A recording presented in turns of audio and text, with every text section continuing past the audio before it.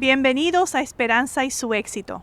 Hoy en día tenemos a una agencia que es de verdad parte de nuestra comunidad, una agencia que te da servicios gratis y es parte de nuestra comunidad de Worcester. Tenemos hoy a Aids Project of Worcester, que es una agencia que de verdad te da la mano y de verdad está aquí para ayudar a toda la gente que necesita. My name is Joe McKee, and I'm the Executive Director of AIDS Project Worcester. And I've been with the agency a little over 14 years. I've been providing and working with people with HIV and AIDS disease for a little over 25 years. I have a number of responsibilities here as the Executive Director. I oversee all of our service provision. So I directly supervise the directors who head all the different service departments in the agency. I'm responsible to be the face of the agency in the community. So I go out and will do a good deal of advocating here locally in central Massachusetts to attempt to educate various leaders around what is going on with HIV and AIDS disease, what services we provide, who we provide services to, and what are the needs, and also what do we need to do as a community to stop the spread of the disease. I also, on a state level, do a similar function because AIDS Project Worcester is one of the oldest AIDS organizations in the United States. We are looked to many times to come into Boston, go into the State House, talk to the senators, the governor, House of Representative members, so that they don't forget central Massachusetts. They have an understanding of the needs of our community with regards to this disease, and also some of the issues related to this disease. Things such as people's ability to have decent housing, to have adequate food resources, to have necessary mental health care or substance abuse care, etc. So they're like some of the overarching, the larger functions that I perform here. What about medication? Actually, in Massachusetts, we are extremely fortunate. We have fought those battles and won them. Everyone in Massachusetts living with HIV disease, regardless of their ability to pay, can have medication. We're one of the few states in the United States that's true. In many states, there's rationing of medication. In many states, people have to go on the waiting list and wait for people to pass on before they can actually get medication. This state has been exceptional in trying to extend people's life and improve their health by providing access to medication. Yeah. It is a wonderful agency, right? You guys see the yellow box yet? All Care Pharmacy is an independently owned pharmacy. We specialize in HIV and chronic illness, infectious disease. We're open to the general public. We're not directly related to the agency next door, AIDS Project Worcester. However, we work with them very closely. I sit on the board next door. We're on their agency's privacy sheet, so basically the patients could sign off so we could share information back and forth, and it really improves the quality of life for patients that we do share. You do not need to be HIV positive, or you do not need to be a member of the agency to use the pharmacy. It's open to the general public, but we are located here for a reason, and that is to help patients with HIV or AIDS, manage their complicated prescription regimens. We're the only ones in Massachusetts or Central and Western Mass to really be doing this on this level. In other words, there's a lot of specialty pharmacies out there, but they're generally mail order programs where the doctor sends away for the prescription and you don't know where it's coming from, some other state or whatever else. There's nothing wrong with those programs. They save a lot of patients money, and for this disease state in particular, it really helps when the patient can kind of know their provider at the pharmacy level and feel comfortable enough to ask questions. It's no secret that the advancements in medication have come a long way since the 80s, and it's really important for them to, feel comfortable when it comes time to ask them questions about any, medication, new medications, drug interactions. So we do offer a wide variety of specialty services to our patients. We have an adherence program where we monitor all our patients' prescriptions daily. We refill them automatically. We give our patients a call, let them know they're due for a refill. And this serves a purpose on multiple fronts. It helps the patients kind of monitor if they're taking their medications the way they should be. In other words, I would say about 100% of our patients receive 30-day prescription regimens at a time. And about day 27, 28, we'll refill the prescription and give them a call. If they don't have 2 or 3 tablets left in that bottle, then they know that they haven't been taking it the right way. And it kind of, it serves as a reminder for them. I do sit on the board next door, and we do work with the caseworkers very closely. So that's another added benefit for clients that do use the organization as well as the pharmacy. We do provide free delivery, and we are open to the public. So literally anybody can walk in off the street and take advantage of our services. We're independently owned. We're contracted with almost every insurance company nationwide, and we do deal with billing other third parties that patients with HIV/AIDS can take advantage of, such as HDAP, which is funded partially by Ryan White Act. And yeah, so it's been a great experience. We've been open for about 7 months now. I approached AIDS Project Worcester in October of 2006 to start discussing the possibilities of having an on-site pharmacy. If you guys had come here 2-3 years ago, this was nothing but an empty storage unit. This was actually a little waiting area, but the rest was just storage. And then after several presentations to board members and staff and talking to patients, we got the approval and moved ahead. So 6 months later, after our grand opening in November, here we are. And it's been wonderful. Well, one of the things we're very fortunate to have in the agency, because we serve such a wide range of races and ethnicities.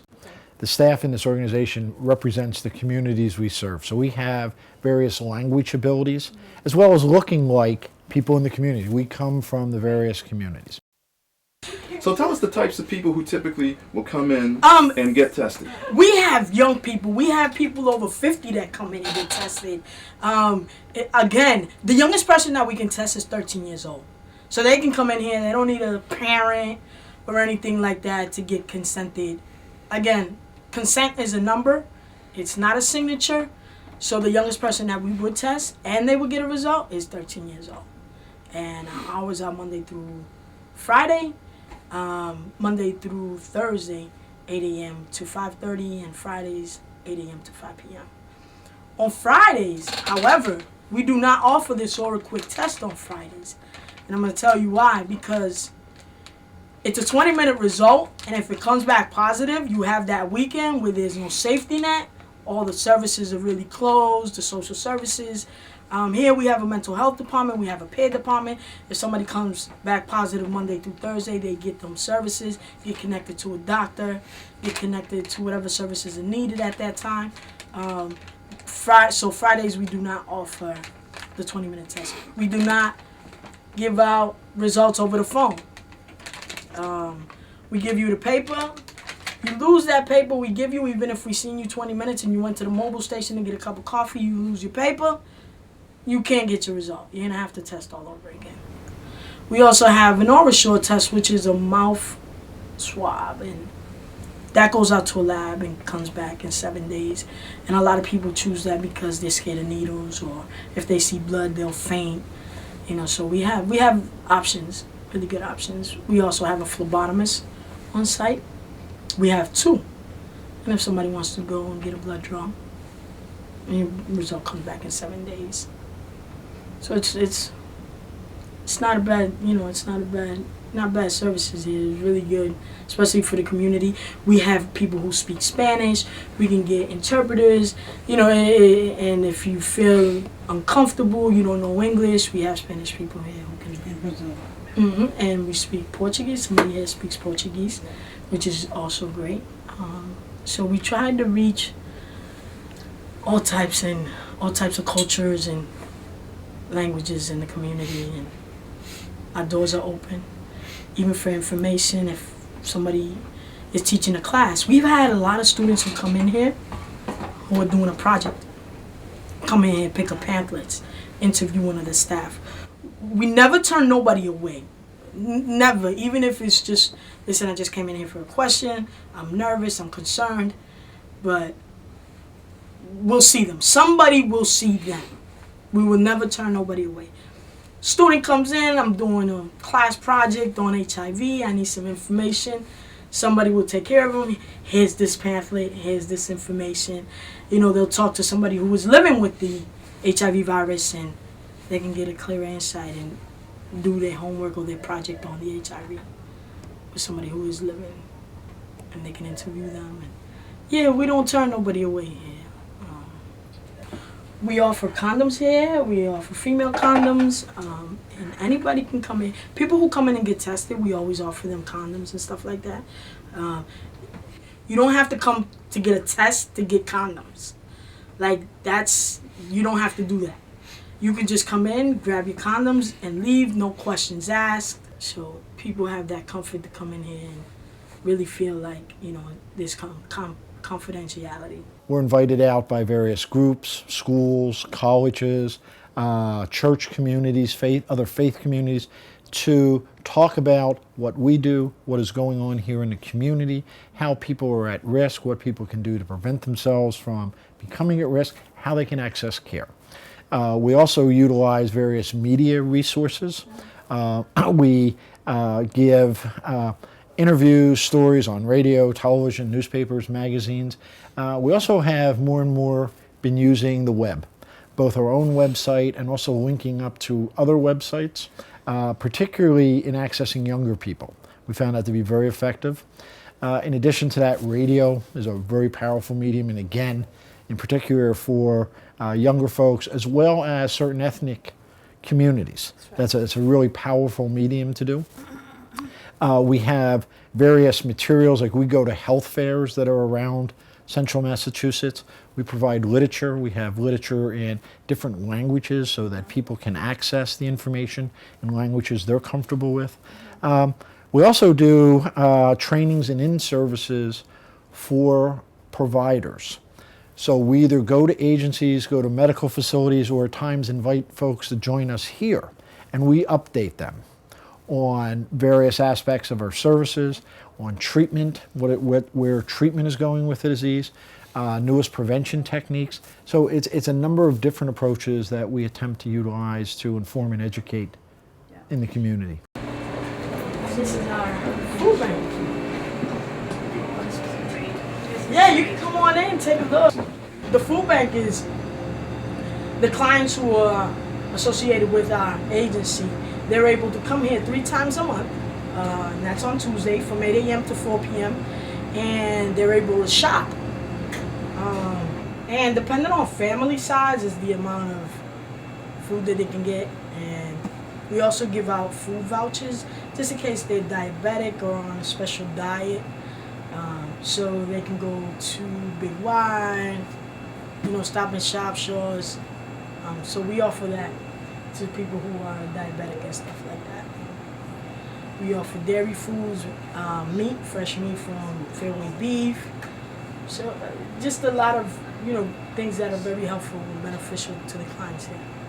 We have been very fortunate. 3 years ago, little under 3 years ago, the Health Foundation of Central Massachusetts gave us money to do some research to try to find out why it is that Central Massachusetts had the highest rate of AIDS diagnosis among women, particularly among young women, particularly among young women of color. As a result of that first seed money to do that research, we developed a pilot project, which we had just finished up this past December of 2008, and it was a very successful pilot in being able to identify women that we found to be at risk for HIV disease because of sexual violence in their life.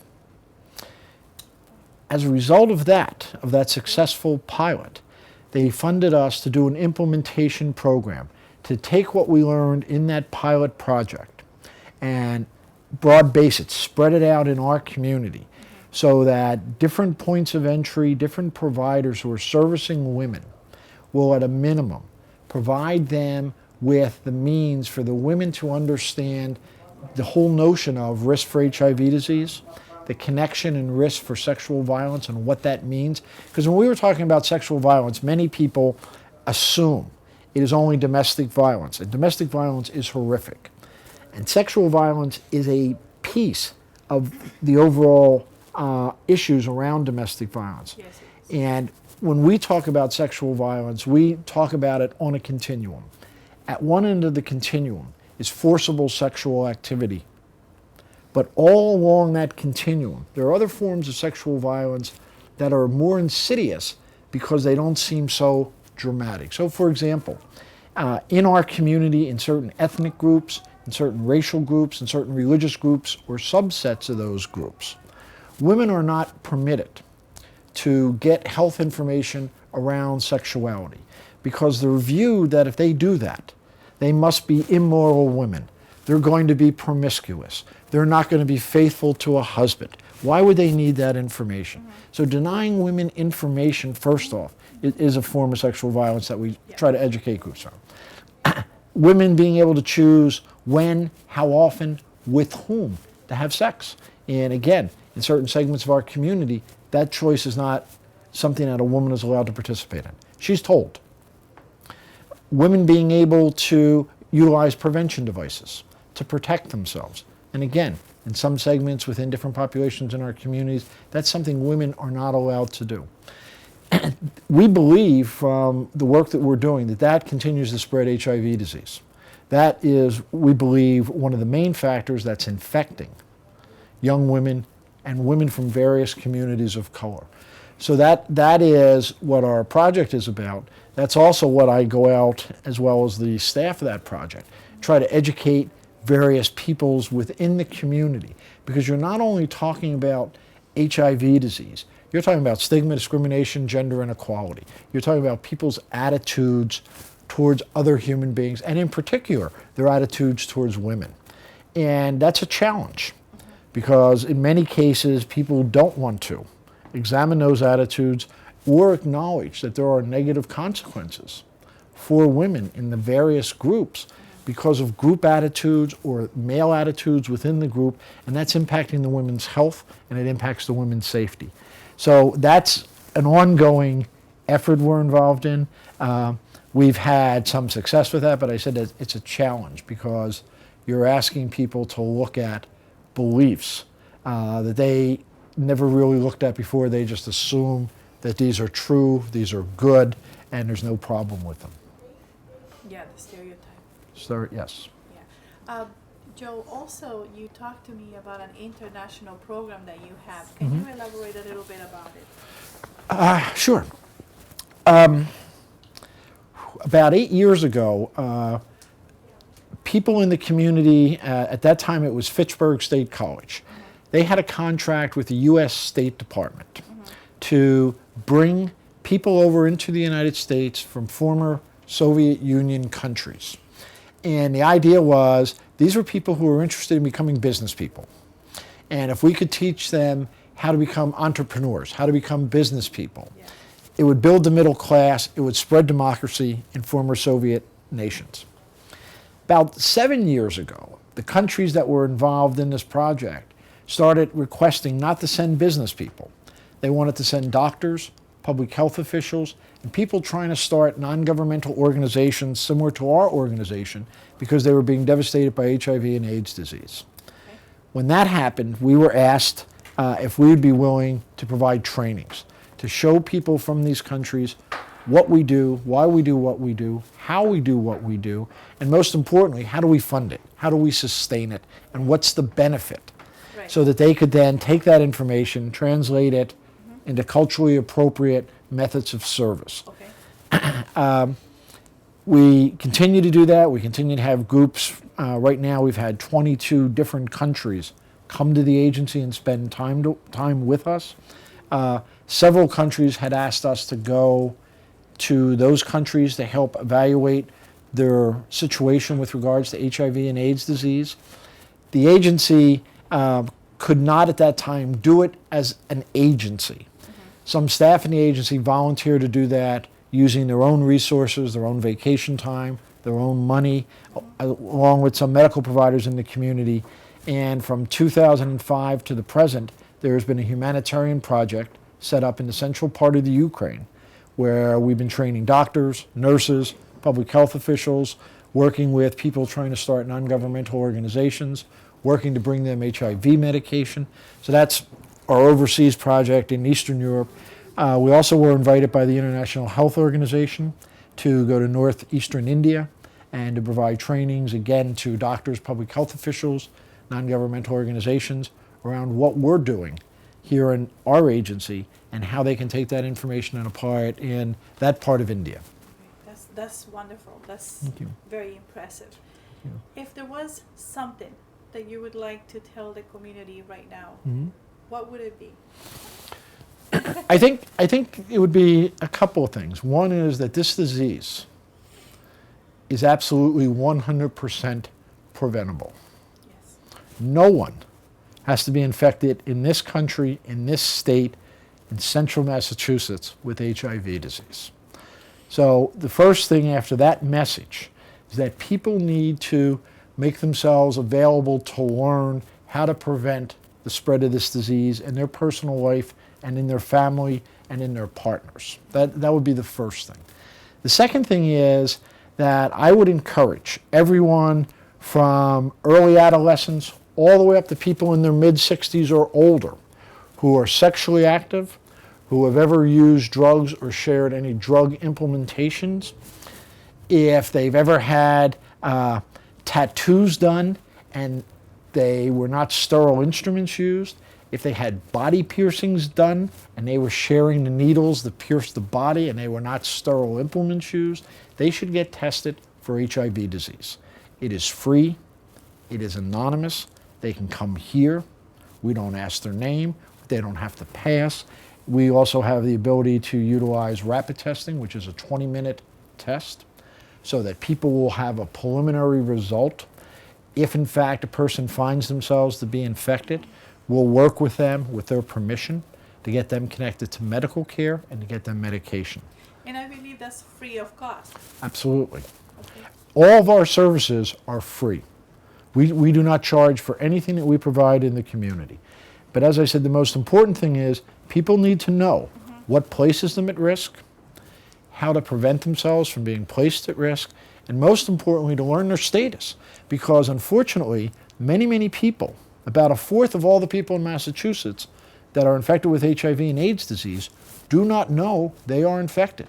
So they are inadvertently, unintentionally exposing other people to HIV disease.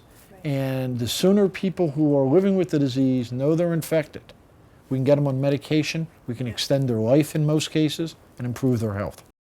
Can you tell me what are you standing besides? What is it that you're standing close to? A fellow who was a client of the agency for a number of years. And he was also an artist, and he was living with HIV disease. This was a representation of his daily medication regime. At the time he was diagnosed and started taking medications, people living with HIV disease in some cases took 25, 30 different pills per day, different times of the day, etc.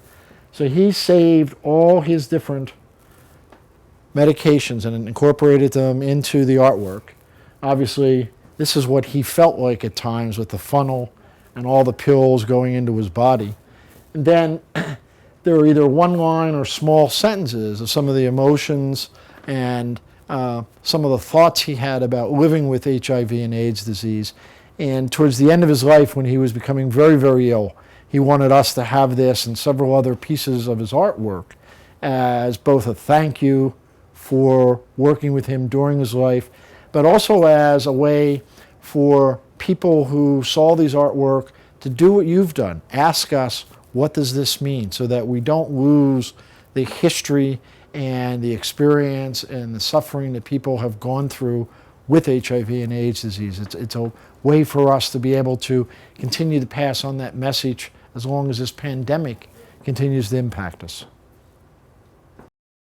What he was famous for in a lot of his artwork, not all of his artwork, is this is the hood of an automobile, car hood.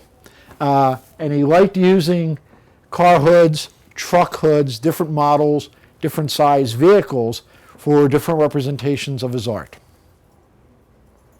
Anybody who is sexually active, even older people Right. who may feel that they're not at risk for HIV disease. If you are sexually active, I would recommend that you be tested for HIV disease. Right. We provide an incredible amount of support and services, and again, it's all free to people who are at risk for this disease and at people who are infected with this disease. And people can come here and talk with us. They don't even need to tell us their name or where they live. They could just say, I want to learn about this, or I want to be tested. And that can happen. I think fear helps to keep people in ignorance. The ignorance fuels this disease. People do not know how to protect themselves. They don't know what to do if they've been exposed. And unfortunately, people continue to get infected. That's true. We're sitting right now in 85 Green Street in Worcester. Our phone number for folks, it's 508-755-3773. If people want to email us, our email address, our website, they can contact us, is www.AIDS Project, Project, Worcester, WORCESTER.org.